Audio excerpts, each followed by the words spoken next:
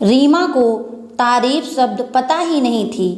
घर के सारे काम वह एकदम सही सही करती, खाना बहुत ही स्वादिष्ट बनाती, लेकिन फिर भी आज का खाना अच्छा था बहू, ऐसा उसकी सास ने कभी नहीं बोला और पति भी कभी उसकी प्रशंसा नहीं करता था। उनका बनाया हुआ खाना खाकर चुपचाप उठ जाते और उसने खाना खाया या नहीं इसका उन दोनों को फर्क नहीं पड़ता था। सास को वह पसंद नहीं थी। उसके हाथों से जरा सी भी भूल हो गई तो सास तुरंत गुस्सा करती। उससे भी बुरी बात यह थी कि उसके पति और उसके बीच बातचीत ज़्यादा नहीं होती थी और उन्होंने ये चुप्पी बनाए रखी। वह उस पर ध्यान नहीं देता। परदेश में पढ़ाई करने गया हुआ छोटा देवर मात्र समय समय पर रीमा को फ़ोन करता था, पूछता था, भाभी कैसी हो। उसका फ़ोन आने पर रीमा बहुत खुश होती थी। अपना मन हल्का करने का उचित साधन था। कुछ ही दिनों में देवर की पढ़ाई खत्म हो गई और वह घर आया। थोड़े समय के भीतर उसे एक अच्छी नौकरी भी मिल गई। रीमा को बहुत खुशी हुई। नौकरी लग जाने के बाद उसकी सास ने अपने छोटे बेटे की शादी के लिए बातचीत करने लगी, पर देवर को एक भी लड़की पसंद नहीं आती थी। इसने ही बोला होगा उसे मना करने को, सोचकर सास रीमा को ही दोष दे रही थी। रीमा को चिंतित देखकर देवर ने अपनी माँ से कहा, मैं एक लड़की से बहुत प्यार करता हूँ, मैं उसी से शादी करूँगा। उसने जिद की। देवर जी, यह बात पहले बतानी चाहिए थी ना। रीमा ने ये बात अपने पति के कान पर डाली।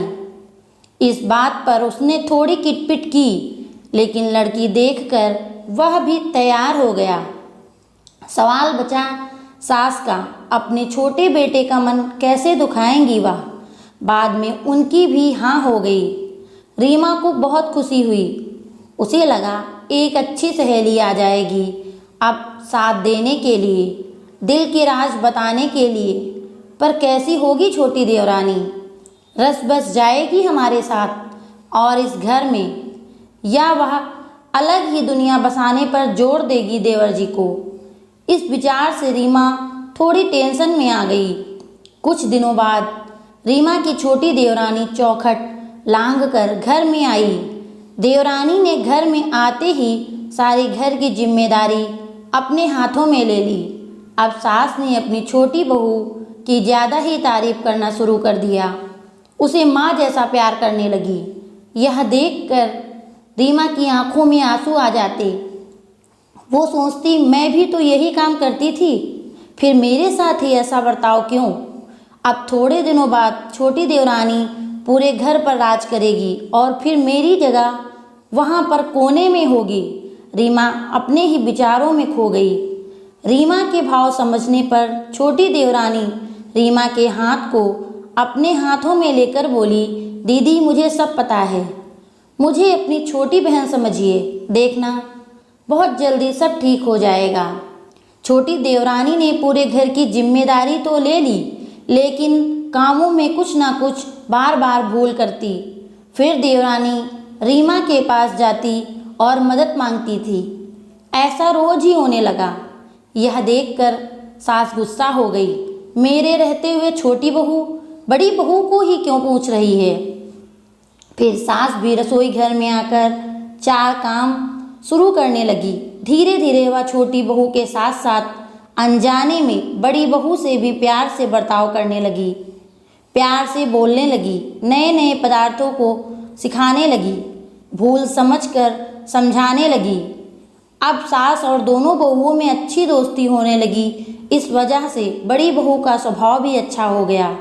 उसका स्वभाव में खुलापन आ गया। सास भी दोनों के साथ कभी शॉपिंग तो कभी फिल्म देखने जाने लगी। वो अपनी दोनों बहुओं को समान प्यार करने लगी। इस वजह से घर का माहौल हंसता खेलता हो गया। इसके अलावा अपने भाई और उसकी पत्नी की बॉन्डिंग देखकर रीमा का पति भी उसके साथ अच्छा व्यवहार करने लगा। यह देखकर छोटी बहू बहुत खुश हुई। देवरानी की रीमा को इतनी आदत हो गई कि उसके बिना घर काटने को दौड़ता। देवरानी के आ जाने से घर का माहौल बदल गया था। वह थी ही ऐसी। यहाँ देवरानी की हालत भी कुछ अलग नहीं थी। उसे दुख हुआ कि यदि यहाँ रहना पड़ा तो उसे अपने पति से दूर रहना पड़ेगा। देवर के बाहर जाकर रहने और देवरानी के जाने की बात सोच रीमा परेशान हो गई। अंत में उसने देवरानी से साथ ना जाने का कारण पूछा तो देवरानी ने जवाब दिया, दीदी मैं सारा दिन नए स्थान पर अकेली रहूँगी, उससे अच्छा मैं यहीं हूँ। आपके देवर को बोला है मैंने शनिवार और रविवार की छुट्टी में आप ही यहाँ आएँ। मैं भी उनके साथ जाया करूँगी बीच बीच में थोड़ा बदलाव के लिए।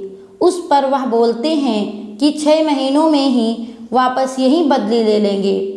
अपनी आंखों में आंसू पोंछते हुए रीमा बोली, छोटी यह दिन वापस नहीं आने वाले।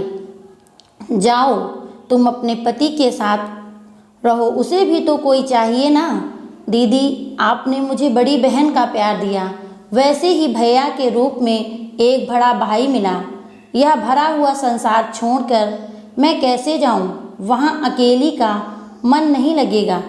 6 महीने का ही तो सवाल है, वह आते रहेंगे यहाँ पर। यह सुनकर रीमा ने अपनी देवरानी को खुश होकर गले लगाया। तभी देवरानी रीमा को बोली, अपने पति के साथ एक अलग जीवन बनाने में समय नहीं लगता, अपनों में रहकर पति की प्रतीक्षा में ही आनंद है। दोस्तों, 2 अलग अलग घर और ससुराल में आने वाली यह लड़कियां अपने नए घर के लिए सब कुछ करती हैं। पता ही नहीं चलता कि कब एक दूसरे की आदत हो जाती है। सच में देवरानी जेठानी का रिश्ता बहनों से कम नहीं होता। दोस्तों, ये थी आज की कहानी कैसी लगी हमें कमेंट में ज़रूर बताएं और हमारे चैनल को सब्सक्राइब करें।